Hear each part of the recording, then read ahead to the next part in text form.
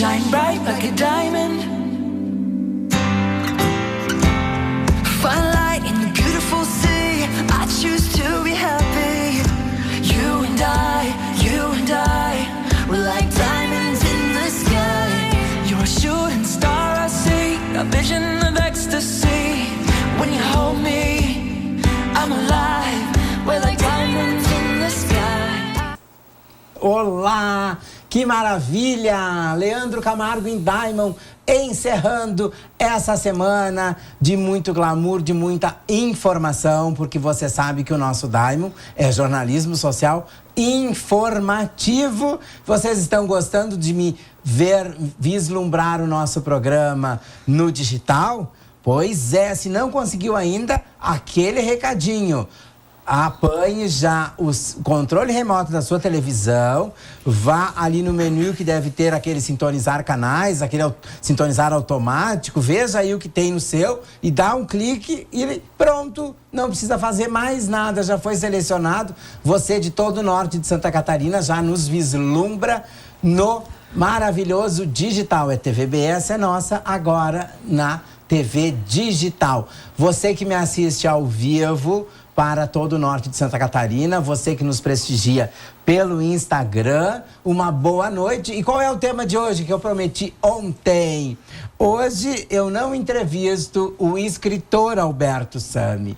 Hoje eu entrevisto o comandante de aeronaves. Vejam que maravilha. Hoje nós vamos voar com o comandante Sami, passando histórias de aviação. Eu quero saber a trajetória, como começou ele como comandante internacional, mas parece que antes tem uma passagem pela Amazônia, tem depois passagem pela nobreza europeia, tem passagens com passageiros queridos e celebrities, com passageiros não tão queridos e não tão celebrities, medos ao ex. Será que teve perrengue? Tudo isso após a nossa chuva de Diamonds.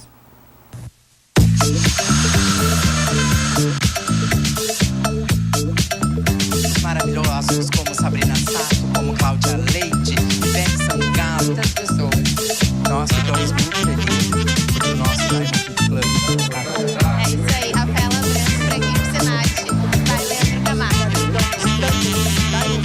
São Paulo, promoção, embelezando as nossas vistas, temperamento das artistas, da catarinense. Ontem a gente esteve de uma recepção calorosa.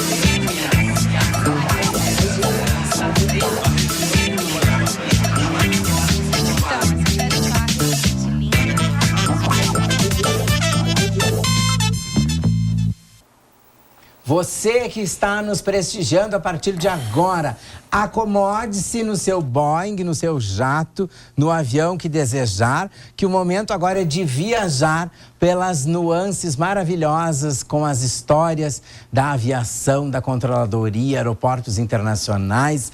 Quem comigo hoje? Comandante de aeronaves, Alberto Sami. Que maravilha recebê-lo. Já falamos muito do Sami escritor.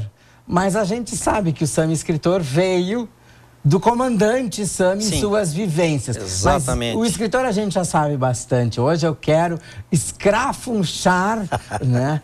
E viajar com você nesses meandros maravilhosos internacionais. O que te deu, menino, para resolver ganhar os ares? Olha, eu, na verdade, aviação é algo que você não tem que começar gostando devagarzinho dela, né? Ela tem que estar dentro de você.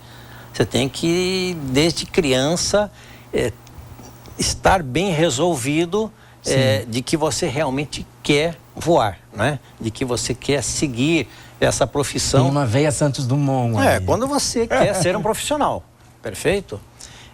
Tem mesmo nome, né? Alberto Santos Dumont. Alberto Santos Dumont. Então, mas assim, meu pai, quando eu era garoto, ele me levava para o aeroporto aqui em Joinville, e uma das coisas assim que me deixavam com vontade, mexiam comigo, né? Vontade de saber de onde é que vinham aqueles aviões, para onde Sim. eles iam, não é? E o próprio silêncio do aeroporto era algo que, para mim, criança, aquilo me encantava. Quando eu não tinha avião nenhum, não é?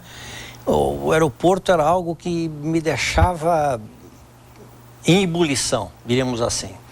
E essa minha início de carreira, até chegar no ponto em que eu comecei realmente a trabalhar, ela passou por diversos estágios, mas ela começou mesmo em Goiás. Em Goiás. Na terra do gado e dos cantores sertanejos. Na terra do gado e dos cantores sertanejos. Eu recebi uma dica, eu morava em Goiânia, e estava tentando aviação lá em Goiânia. Sim. Mas Porque a formação foi em São Paulo. São Paulo e Rio de Janeiro. A primeira formação, não é? Sim. E depois eu fui para Goiânia porque eu precisava começar a voar. E os fazendeiros lá de Goiânia normalmente pegavam pilotos que vinham aqui de Santa Catarina e tudo mais. E naquela época, VASP, Varig e também tinha Transbrasil, né? Não tinham vagas, diríamos assim, né? Que eram as companhias famosas. Eram as companhias assim famosas e eram as companhias que admitiam pilotos, não é? Mas naquela época não estavam admitindo ninguém. Então eu tive que fazer um caminho bem longo, fui para o mato, não é? Então eu estou em Goiânia, recebo uma dica de que um fazendeiro em Anápolis, Terra pertinho, Rica, Anápolis. Anápolis, esse fazendeiro estava precisando de um piloto. E aí consegui o telefone dele e tudo mais, liguei para ele, ele falou, olha, tudo bem, eu estou te esperando aqui, você pode vir aqui amanhã? Digo, posso, combinei o horário com ele. 2 horas antes da hora, eu já estava lá, determinada, né? Esperando, em frente à casa do homem. Conversei com ele. Robertinho, fazendeiro, era um homem não muito alto, baixinho, chapelão desse tamanho, me recebeu de chinelo, de dedo no pé, né? Ah, de chapéu. E de chapéu. Olhou para mim, disse assim, cima e embaixo, você é piloto? Digo, não, eu sou piloto. E você conhece o meu avião? Digo, qual é o avião que o senhor tem? Não, eu tenho um Corisco. Eu digo, não, o avião eu conheço. E você sabe voar o meu avião? Eu falei, não, eu não sei voar o seu avião. Ele falou, olha, é o seguinte, você conseguiria alguém para dar um treinamento rápido para você? Porque eu tenho uma viagem a semana que vem lá para Colmeia, no Pará. E eu preciso de piloto. Eu digo, não tem problema nenhum. Semana que vem eu estou pronto para voar o seu avião, sem problema nenhum. E a gente combinou essa viagem. Eu voltei para Goiânia, conhecia um piloto de Santa Catarina e pedi ajuda para ele. Falei, olha, é o seguinte, eu vou pegar um emprego lá em Anápolis, provavelmente, mas preciso da tua ajuda. Você tem que ir comigo lá. Ele voava um avião igual e me dá umas dicas desse avião, como é que, né, funciona. Pra fazer bonito. Para eu poder pegar esse avião com esse homem e chegar no lugar que ele precisa. E aí fomos lá e tudo mais, peguei a chave do avião na casa do proprietário e tal, entramos no avião, deu partida e tal, resolvi, mapa na mão, rumo traçado, rota traçada, dia determinado, decolei para uma cidade de Colmeia, no Pará. Não tenho nem ideia como é Colmeia. Muito menos eu tinha, né? Já decolei rezando para chegar em Colmeia. Digo, Jesus, Maria, José. Bom, mas aí, depois de assim, meia hora de voo, ele olhou para mim e disse o seguinte, falou, ó, Albertinho, ele me chamava de Albertinho, Albertinho, fique tranquilo. Pode ficar tranquilo, eu vou mostrar essa região para você aqui e você vai ficar conhecendo isso aqui com uma palma da sua mão. Eu vou te ensinar tudo dessa região, porque eu conheço tudo. Na hora que ele me deixou à vontade e falou aquilo para mim, eu falei, estou contratado. Estou em casa, não é? Estou em casa. E durante o voo, ele começou a falar nomes de rios, porque esse tipo de aviação que eu comecei fazendo lá, ela tem muita relação com a natureza, com rios, né? Sim. Com montanhas e tudo mais. Era um voo com um avião de um motor só e voa mais baixo, o avião e tudo mais. É um voo visual, diríamos. Correto. Mas uma árvore grande pode aparecer na frente. Isso aí, pode. Então, quando ele disse para mim que ele ia estar comigo e que eu me tranquilizasse, aquilo ficou ótimo. E nós chegamos da cidade de Colmeia, que por sinal não tinha pista. Aí eu olhei quando cheguei lá, né, Colmeia, deu tempo certinho, rumo, né? E aí eu cheguei e falei, Roberto, isso aqui é Colmeia mesmo? Ele falou, não, é Colmeia, tá, mas pô, não tem pista, estrada. E vamos colocar o avião dentro do campo de futebol. Mas era um avião ou era um helicóptero isso? Falei, tudo bem. E qual é a estrada? Tem um monte aqui. Ele falou, não, essa aqui, ó, pode pousar aí que não tem problema. Aí eu passei baixinho, todo mundo saía, não é? Pra da olhar. estrada. Não, saía da estrada porque ali ia virar pista. E depois eu percebi que lá no interior, não só em Goiás, Mato Grosso, Amazônia naquela época, em outros locais que eu pousei, isso era comum, não é? Era comum. Eu ia para uma cidadezinha, eu ia bastante numa cidade chamada Alvorada do Norte, e eu passava baixinho, todo mundo saía, né? Não tinha muitos carros também, mas enfim. E eu pousava.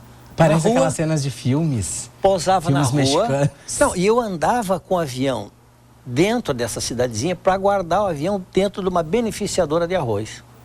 Você vê que coisa interessante. Né? Indiana Jones. Indiana Jones. Brasileiro. E com o Roberto, eu fiquei durante muito tempo.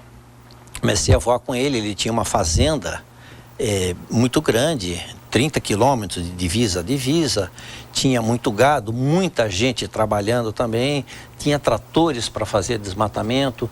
Então, eu voava do nascer ao pôr do sol. Voava muito, Nossa. porque eu tinha que abastecer de comida as fazendas, remédio, peças para os tratores que estavam na Amazônia, no Mato Grosso. Então eu voava muito, não é? Foram quantos anos nesse meio? 3 anos. 3 anos. 3 anos em que, na verdade, eu me transformei num homem do mato. Então você praticamente iniciou, né, o quesito amazônico e a aviação. Foi ali que eu fiz 2 coisas. Eu me firmei como piloto, porque piloto, para fazer esse tipo de voo, ele vai tendo que desenvolver um conhecimento que me serviu muito durante toda a minha profissão e também uma intuição muito grande, não é? E também eu me firmei como homem, não é? A segurança de fazer tudo que eu fazia sozinho. Ele entregou a fazenda para mim, que era a ideia dele inicial, ter um braço direito, um cara que ajudasse, né? E dentro desse trabalho da fazenda, a gente tinha que fazer tudo. Eu chegava com o avião, muitas vezes, e ajudar a apartar gado, vacinar o gado, né? Ia nos supermercados de avião para fazer compra para a fazenda, comprava gado, aliás, comprava carne e também comprava gado para ele, gado. Não é? Apartava briga. Bom, às vezes à noite, dormindo, né? Nós tínhamos aí uns 200 peões trabalhando na fazenda naquela época e era peão de trecho, né?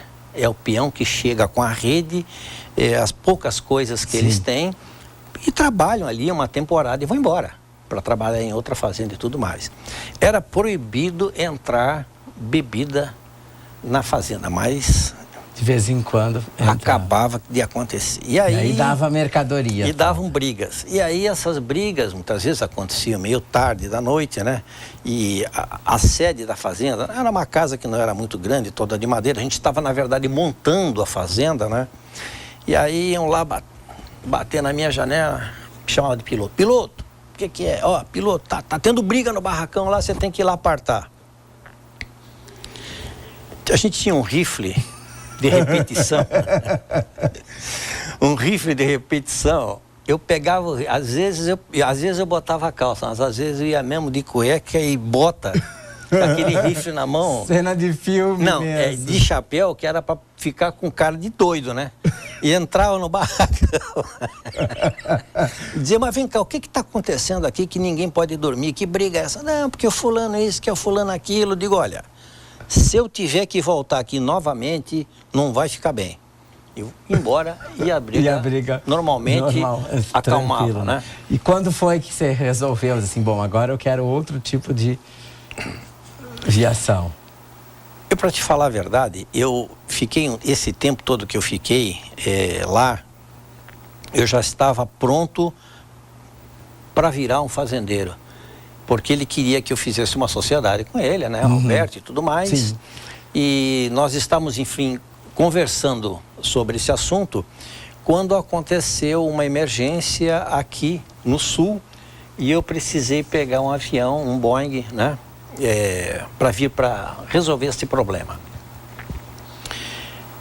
E para te falar a verdade, durante todo esse tempo, eu nunca tinha viajado num avião comercial que fosse um jato. Nunca. Eu era literalmente peão e usava o avião como ferramenta de trabalho. Não é? E aí eu entrei no Boeing e tudo mais, aquele ar-condicionado, aquela coisa toda limpinha. Você entrou como passageiro? Entrei como passageiro, sentei e tal, decolou, aquele silêncio a bordo. Digo, pô, que troço bacana. Aí eu chamei uma comissária e falei, olha, é o seguinte, eu sou piloto aqui, mato. Mostrei a carteira para ela, falei, será que não tem alguma possibilidade de ir ali na cabine, visitar, né, olhar a cabine e tal? Ela falou, um minutinho que eu vou falar com o comandante. Ela foi lá e tal, voltou e falou, o comandante está convidando você, né, para ir até lá. Aí eu fui, eles me receberam muito bem e tudo mais. Não, fica aí conosco, senta aí no Jump Seat, pegaram uma outra poltrona ali, eu sentei. E nós estávamos indo para São Paulo, para Congonhas. Era um final de tarde, um pôr do sol bonito. E comecei a olhar aquela cabine, os caras trabalhando de manga de camisa e tal, entendeu? Cheios aquilo de tudo de limpinho, etiquetas, né? maravilha. Tudo bonito, né? Uma coisa assim, clean, bonita, limpa, não é? E eu pensei, tem uma coisa diferente daquela que eu estou fazendo. Porque eu era literalmente peão. O peão e o seu avião. Eu dormia dentro do avião. O avião para mim era tudo, não é? Eu dormia, eu levava carga, era uma ferramenta de trabalho. E quando eu entrei naquela cabine, que eu vi aquilo tudo, aquele monte de relógio, e aí foi anoitecendo, aquilo iluminado, ficou maravilhoso, né? Aí estava aproximando do aeroporto, falei, comandante, eu vou sentar, né? Eu vou lá para trás. Ele falou, não, faço questão que você fique aqui e tal. Porque ele disse assim, olha, eu vou te falar uma coisa. Ele disse para mim, eu admiro demais o que você faz, porque provavelmente eu não conseguiria fazer. E eu falei, bom, tá bom. E fiquei.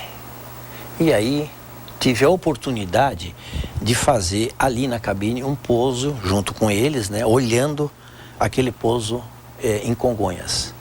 Ali deu uma virada na minha cabeça. Falei, rapaz, eu vou ir para cá, eu vou pilotar um jato. E voltei, me despedi do Roberto e tudo mais. Foi duro, né? Mas eu já tinha tomado essa decisão, tal. Continuei meus estudos em São Paulo e comecei uma nova etapa que também não foi fácil. Não tinha sido fácil a ida para lá. E era se transformar num piloto comercial. E então, esse recomeço, diríamos assim, que era um recomeço de uma aviação profissional, né? Nas minúcias, nos detalhes, eu comecei, depois de algum tempo, arrumei um emprego num avião bimotor. O comandante chamava-se Rodim Gâmbaro. Cara forte, olhos azuis. E aí com aquele traje ficam todos lindos, né? Cabelo arrumadinho. E ele era uma figura. Val, eu falei que a gente ia começar a viajar, pois então, enquanto a gente conversa aqui, pode ir rodando as fotos e tudo mais, que a gente começa a viajar. Ó, já nasceu o comandante Sami, agora a gente pode começar a viajar. Comecei, então, a voar com esse comandante, com esse Rodim Gâmbaro. E numa viagem que nós estávamos fazendo para Foz do Iguaçu, tínhamos decolado de São Paulo, fizemos uma viagem para Foz do Iguaçu e o motor, eu era copiloto ainda, o motor do lado direito estourou em voo. Meu amigo, fumaça, fogo. E quase que a minha alma vai junto com aquilo tudo do susto que eu tomei. Né? Aí fizemos um pouso de emergência em Itapetininga e o avião bateu num barranco lá e foi um estardalhaço. Mas foi uma aprovação atrás da outra para ti, então. Não, foram momentos de dificuldade, né? Diríamos assim, mas que tudo foi trazendo experiência. Depois eu entrei numa companhia grande de São Paulo, táxi aéreo, chamado Líder Táxi Aéreo, onde eu fiquei 6 anos. Ali foi a minha escola principal, diríamos assim, onde eu aprendi a parte que eu necessitava, aprendi tudo que eu necessitava para ser um profissional de excelência, não é? Olha, ali tá bonitão ali, olha só. Você vê que já mudou, já saiu do mato. Sem Bariloche. Estava 15 graus abaixo de zero nesse dia. Nós estávamos decolando para São Paulo. Olha só. Isso aí é o cockpit. Aí já é piloto internacional. Essa é uma decolagem, na verdade, de Curitiba. Eu estava dando instrução para esse rapaz que está decolando, que era piloto da TAP. E ele voou comigo durante um tempo. Essa era a cabine do avião, é o Learjet 45. E nós estávamos decolando de lá, de Curitiba. Você vê que é uma velocidade considerável, né? Bastante, olha. Por volta de 300 km por hora. E a gente, como passageiro, não sente, mas ali você tem toda essa nuance. Olha, e é bonito, olha que maravilhoso. Não, a cabine desse avião também ela é muito bonita. É um avião extremamente silencioso, gostoso de voar. Eu voei da linha dos Learjets, eu voei praticamente todos. Quanto tempo de comando ao todo? Eu diria para você, por volta de 30 anos. De jato eu fiz aí umas 18 mil horas de voo de jato. Eu voava uma média de 90 horas por mês. Como piloto internacional para todos os países? Não, eu voava mais para essa parte aqui da América Latina. Estados Unidos, México, Colômbia, eu ia muito, o Caribe todo, não é? Porque eu trabalhei numa empresa, uma multinacional americana, e os voos da Europa eram feitos por eles. Eles tinham uma base em Pittsburgh, na Pensilvânia, e de lá eles iam para a Europa. E essa parte toda aqui era nós que abraçávamos. Literalmente nas nuvens. Eu não disse que a gente ia viajar? Literalmente Estamos nas nuvens. Olha que lindo. Às vezes está o temporal lá embaixo e lá em cima a gente está numa nice. O difícil é que às vezes a gente vai descer, tem que descer no meio do temporal também, né? Do temporal também. E tem que descer no meio do temporal, de dia, de noite. Olha mas que espetáculo. Literalmente, agora a gente vai aterrissar. Uau! Quem tem medo de avião, agora vai ficar com mais ainda, porque essa é a imagem que você tem da cabine. Essa é a imagem que você tem da cabine. E tem passageiro que realmente tem medo, né? Sim. Tem passageiro que precisa tomar calmante, outros precisam orar, né? Outros precisam beber alguma coisa para entrar. Mas enfim, tudo faz com que o passageiro... Pro comando, esses passageiros é uma dor de cabeça. Às vezes podem se tornar uma dor de cabeça, não é? Porque pode passar mal, né, dentro do avião e tudo mais. Sim. Isso pode acontecer. Mas eu, quando percebia que o passageiro estava com muito medo, ou antes ou durante o voo, eu procurava conversar, não é? E quando eu via que o medo era excessivo, porque ele dizia, né? Sim. Olha, quando vim voar hoje, a minha mulher não queria que eu viesse, e aí eu já fiquei preocupado. Ela falou que sonhou durante a noite com umas coisas que não eram boas e tudo mais. Porque literalmente lá em cima não tem o que fazer, né? Não tem. Ou a pessoa então, calma ou acalma. Eu tinha uma técnica, dizia assim, olha, é o seguinte, eu vou te falar uma coisa. Eu não nasci para morrer em acidente de avião. Você pode ficar... Mas como é que você sabe? Fala, não, eu... Já conversei, a gente tá pertinho dele aqui, ó. A gente vai prosseando. Fique tranquilo que você não vai acontecer nada com você. É mesmo, comandante? Digo, pode ficar tranquilo, aproveitar o voo. Eu não nasci para morrer dentro de avião. E eu fiz isto com alguns passageiros e sempre deu certo, né? Ele se acalmava, transmite confiança, mais, né? porque você transmia confiança. Não adianta você dizer assim muitas vezes para o passageiro. Segurança. Não, isso aqui é um avião que é um avião moderno, é difícil de acontecer alguma coisa, porque nós sabemos que o avião realmente é moderno, é difícil de acontecer alguma coisa, mas a pessoa sempre tem aquele medo, que mesmo avião moderno, de última geração, acontecem problemas. É raro, é difícil. Hoje em dia é muito difícil, mas pode acontecer.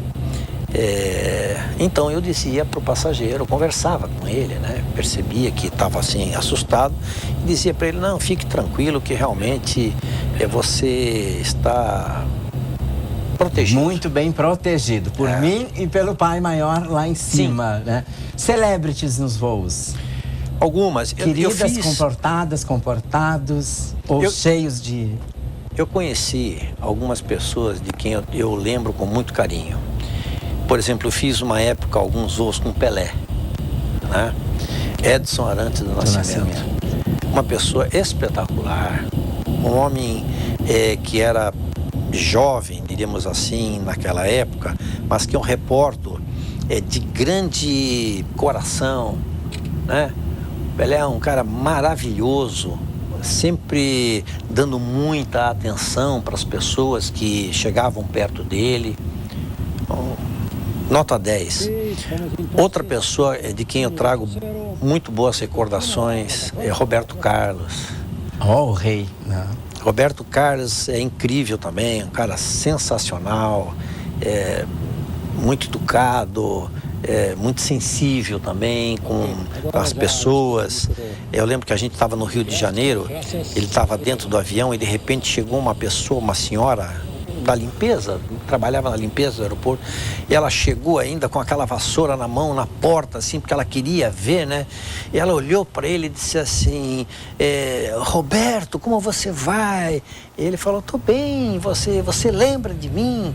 E ele falou, claro, como é que eu ia esquecer de você? Ai, eu vim aqui correndo para te desejar uma boa viagem, eu te amo, gosto muito de você. Ele falou, não, também te amo, também gosto muito de você. Super educado, super singelo. Então, pessoas assim de excelente coração, diríamos assim, não é? Dois homens maravilhosos. E as mulheres, como se comportam? Muito bem, não é? As mulheres são mais discretas, né? Discretas no sentido de mais contidas, sim, diríamos assim. Ficam mais normais, tentam ficar mais normais e mortais, digamos. Exatamente. Com quem que você já voa, né? E assim, de que eu possa te falar com carinho, né, diríamos assim, algumas pessoas que trabalharam nas empresas, mulheres, sim, de uma família muito rica de São Paulo, de uma, diríamos assim, de uma estrutura de educação muito grande, e essas mulheres sempre trataram todo mundo bem, não é? Quando eu fui com o Felipe de Rothschild, que é um conde, e que nós íamos também buscar algumas passageiras, princesas, duquesas, porque ele se relacionava... Nobreza europeia. Exatamente. Ele se relacionava com a nobreza europeia. Eu percebia que essas pessoas que são ricas, diríamos assim, não só de dinheiro, né? Mas são ricas também de educação, aquela educação nobre. Nobre mesmo. Não é? Então, entravam no avião, conversavam, mas de um jeito simples, né? Sem afetação. Guardo boas, excelentes lembranças dessas passageiras e, enfim, desses passageiros Nobreza, em geral. Que te falei. né, Alberto? Nobreza, porque muitas vezes o dinheiro, ele não dá o tom da educação, não é? Sim. Dinheiro não dá o tom da educação. E também a nobreza europeia, essas pessoas, não só mulheres, homens também, não é? Eles têm dinheiro, diríamos assim, de gerações, não é? Não é um dinheiro que foi ganho recentemente, já é um dinheiro que já vem muito tempo e tudo mais. Aquilo tudo é natural. Só aumenta. E aquilo tudo é natural para eles, não é? O comportamento deles, a atitude.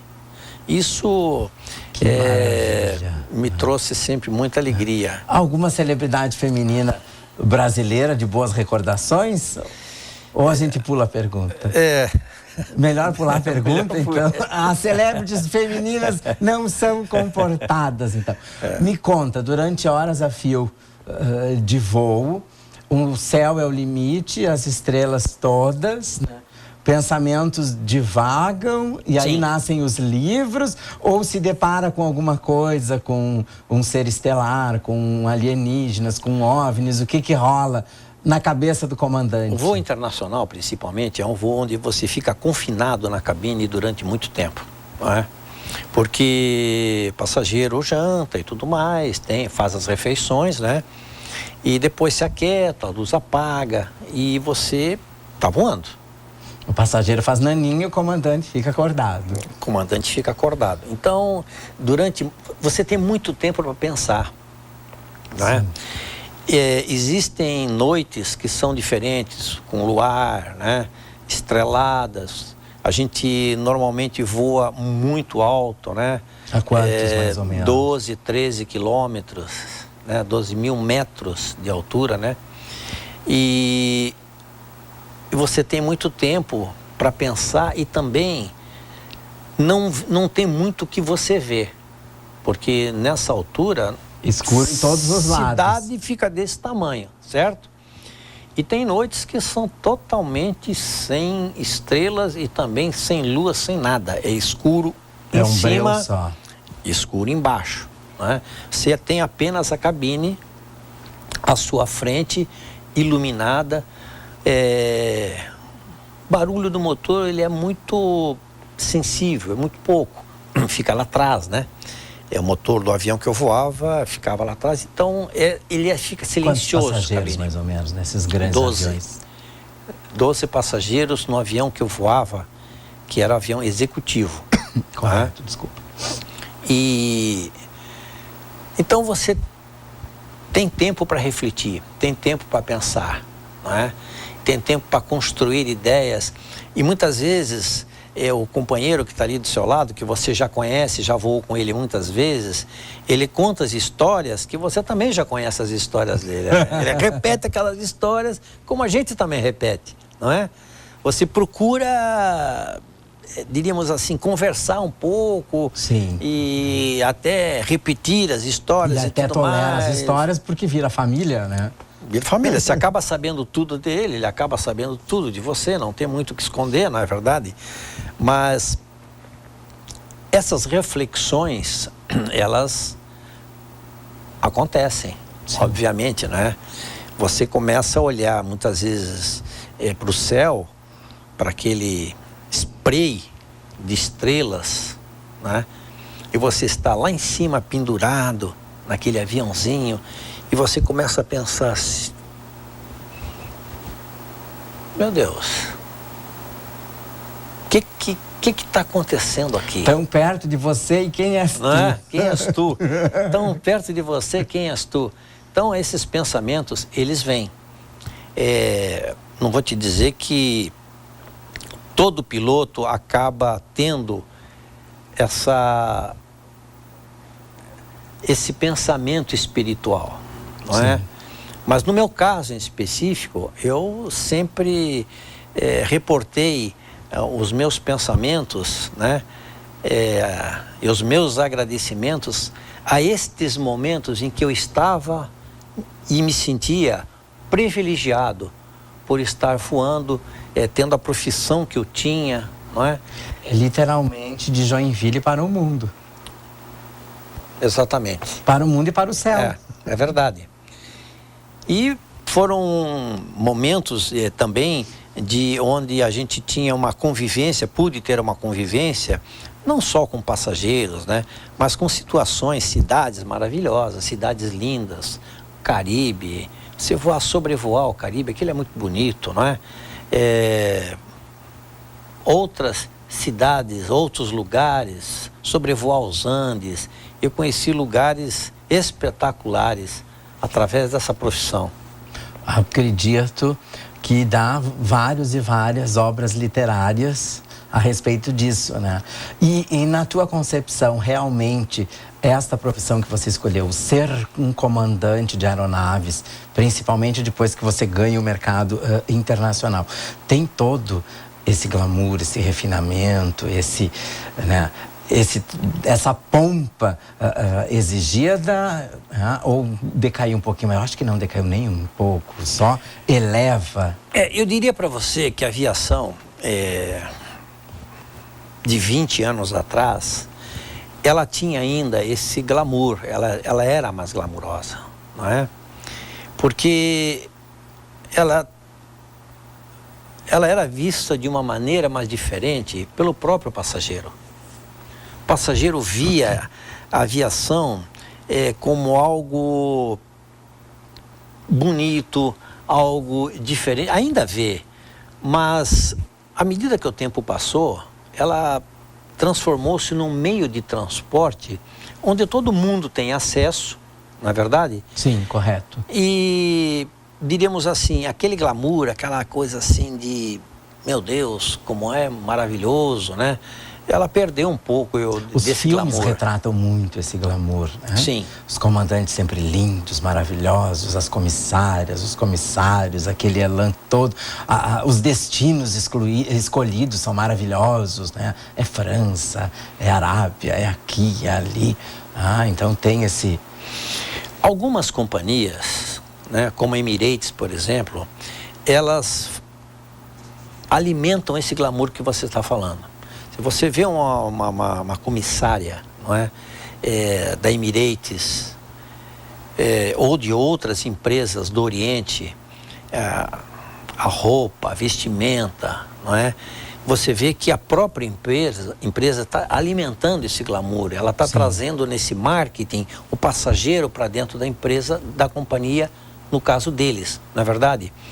Mas outras empresas aqui, mesmo no Brasil, você já não tem mais meio de transporte mesmo. Eu acredito que transformou-se um pouco no bom meio que de você transporte. viveu essa época, então. Eu vivi épocas maravilhosas. E da aristocracia.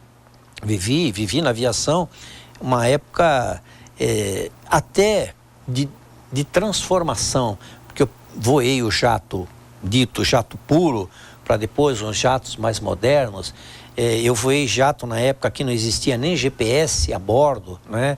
Os instrumentos eram totalmente analógicos, não eram digitais. Então eu peguei uma transformação muito legal na aviação. Eu participei disso, né? A excelência da minha profissão, ela foi muito bacana para mim. Eu consegui atingir tudo o que eu queria da minha profissão, tudo. Quando eu deixei de voar, eu estava extremamente satisfeito com o que eu tinha feito. E isso eu acho que é muito importante para qualquer profissão. Não é? Minha maravilha. Deixa eu ver a hora. Meu Deus, 12:01, a gente já virou reis da aviação aqui. Gostaram de viajar com a gente? Tenho certeza que sim, querem o comandante novamente. Então, a gente vai trazer o comandante novamente para nós continuarmos a viajar. Os minutos passaram sem sentir, companhia agradável, tema maravilhoso.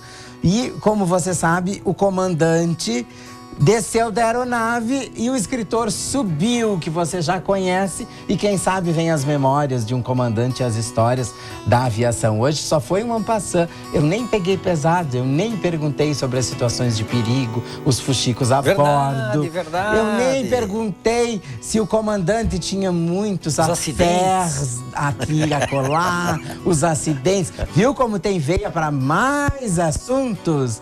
Eu me despeço de vocês, porque segunda-feira tem mais Leandro Camargo em Diamond. Aproveite o final de semana, curta sua família, curta bastante os filhos, momentos de lazer, momentos de fraternidade. Seja você e sempre com muita felicidade, humildade e respeito. E eu vou deixar 10 segundos para o comandante Sam dar tchau para vocês. Obrigado, Leandro. Obrigado pelo carinho, pela atenção, por ter permitido que eu viesse aqui novamente falar da aviação. Obrigado para todos os meus amigos que estão me assistindo em casa. Um beijo grande. Tinha que mandar abraço para alguém? Para todos vocês. Ou esqueceu? Um beijo para Sila. Um beijo para Áurea, nossa querida amiga Áurea Pirman. Um beijo para todo mundo que gosta de mim, que gosta de nós, gosta da aviação, que vibra conosco, não é? Com as nossas histórias. Olha, Roosevelt, eu dei um abraço pro comandante Sam, viu? Abraço para você também. Eu dei. Super abraço, super para todos. Todos vocês. Obrigado, João. Obrigado, Val. Obrigado, Lucas. E continuem com a nossa TVB agora digital. A gente não sofre mais no analógico.